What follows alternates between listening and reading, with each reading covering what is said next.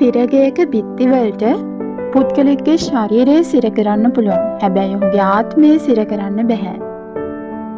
බයිබලයේ ක්‍රියාපොතේ 16 වන පරිච්ඡේදයේ 16 වන පදයේ සිට 40 වන පදයේ දක්වා අපට කියන්න මොනවාද කියලා අපි බලමු. මේ පරිච්ඡේදයේ පවුල් සහ සීලස් අපට කියා දෙන්නේ සැබෑ නිදහස තියෙන්නේ අපි සිටින ස්ථානය මත නෙවෙයි. අපේ හදවත තියෙන්නේ කොහෙද යන්න කියන එක මතයි කියලා. ජේසු පිහිටයි. ඔයාගේ ජීවිතය අද අඳුරු සිරගයක් වගේ ඔයාට දැනෙනවා ඇති. බලාපොරොත්තු සුන්වීම් කියන දම්වැල් වලින් ඔයාගේ පාද බැඳලා ඇති. වගකීම්, අසාර්ථක වීම, ලෙඩ දුක් මේ දේවල් වලින් ඔයාව බැඳලා ඇති. නමුත් මතක තියාගන්න. ඔයා මුහුණ දෙන අභියෝගය ඔයාගේ නමස්කාරය නතර කරන්න ආපු බාධාවක් නම් නෙමෙයි. දෙවියන් වහන්සේගේ හාස්කම විදහා දක්වන්න ලැබුණු වේදිකාවක්. ඔයා හඬා වැළපෙන්න ඕනි මොහොතේ ගීතිකා ගායනකොට ස්වර්ගයේ පොළව දෙසට නැඹුරු වෙනවා.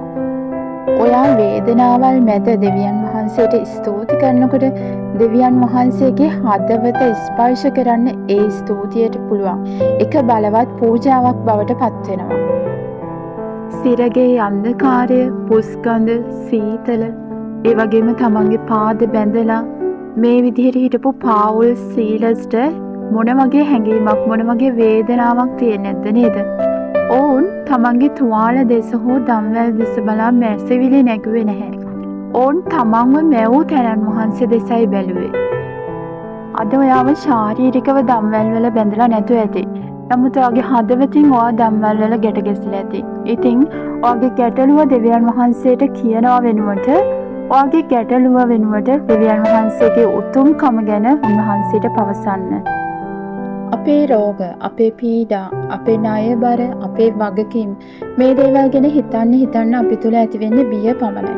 නමුත් දෙවියන් වහන්සේ දෙස බලනකොට අපි තුල ඇතිවෙන්නේ ඇදහිල්ල. සියල්ල යහපත් වෙලාවෙදී ස්තුති කරන්න පහසුයි. නමුත් සියල්ල කඩා වැටෙන මොහොතේ ස්තුති කරනවා කියන්නේ ඒක පූජාවක්. පවුල් සහ සීලස් කළෙත් එම පූජාවම තමයි. අද ඔබේ ජීවිතයේ ඔයාව රිදවෙන, ඔයාව පීඩාවට පත් කරන එම කාරණේම අතටගෙන ඒ මැද්දේ දෙවියන් වහන්සේට ස්තුති කරන්න. උන්වහන්සේගේ යහපත්කම ප්‍රකාශ කරන්න. ඔයාගේ ජීවිතයේ දෙවියන් වහන්සේ කරලා තියෙන යහපත් දේ සිහි කරන්න. උන්වහන්සේට ස්තුති කරනකොට, උන්වහන්සේට නමස්කාර කරනකොට අපේ ජීවිතය තුළ අපේ ආත්මික ශක්තිය දෙගුණ තෙගුණ වෙනවා. බයිබලයේ පවසන්නේ පවුල් සහ සීලස් ගී ගායනකොට අනෙක් සිරකරුවනුත් ඔවුන්ට ඇහුම් කන් දුන්න බව. ඔයා නමස්කාර කරනකොට ඔයාගේ ඉවසීම දිහා, ඔයාගේ ප්‍රීතිය දිහා ලෝකයා බලා සිටිනවා. ඔයා දුෂ්කරතා මැද්දේ වුණත් සිනහවෙන් හා ඇදහිල්ලෙන් ඉන්නකොට ඔයාගේ අවට සිටින බලාපොරොත්තු සුන් වෙච්ච අය බලයි කොහොමද මෙයා මේ සතුටින් ඉන්නේ කියලා. ඔයා නොදැනුවත්ව ඔයා ජීවමාන සාක්ෂියක් වෙනවා. බයිබලයේ 1 තෙසලෝනික 5 වෙනි පරිච්ඡේදයේ 18 වෙනි පදයේ කියනවා, සියල්ලෙහිදී ස්තුති කරන්න. මක්නිසාද ක්‍රිස්තුස් ජේසුස් වහන්සේ තුල නුඹලා ගැන දෙවියන් වහන්සේගේ කැමැත්ත මෙසේය. නමස්කාරය කියන්නේ සතුටුදායක අවස්ථාවලදී ගායන ගීතයක් විතරක් නෙවෙයි.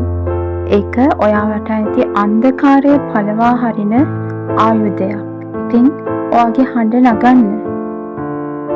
ඔයාවට ඇති යදම් දිහා බලලා සුසුම්ලනවා වෙනුවට දෙවියන් වහන්සේට ගායනා කරන්න. දෙවියන් වහන්සේට නමස්කාර කරන්න. ඔයාගේ ජීවිතේ පැහැදිලි විශාල වෙනසක් එයි. ජේසු පිහිටයි සියලුම දෙනාට සුබ දවසක්. සමදා ප්‍රීතිය මගේ ජේසුස් මහට දෙයි. සමදා ප්‍රීතිය මගේ ජේසුස් මහට දෙයි. සුතිවේ සුතිවේ සුති කරමින් සිටිවි. සුතිවේ සුතිවේ සුති කරමින් සිටිවි. Hallelujah, ප්‍රීතියදී Hallelujah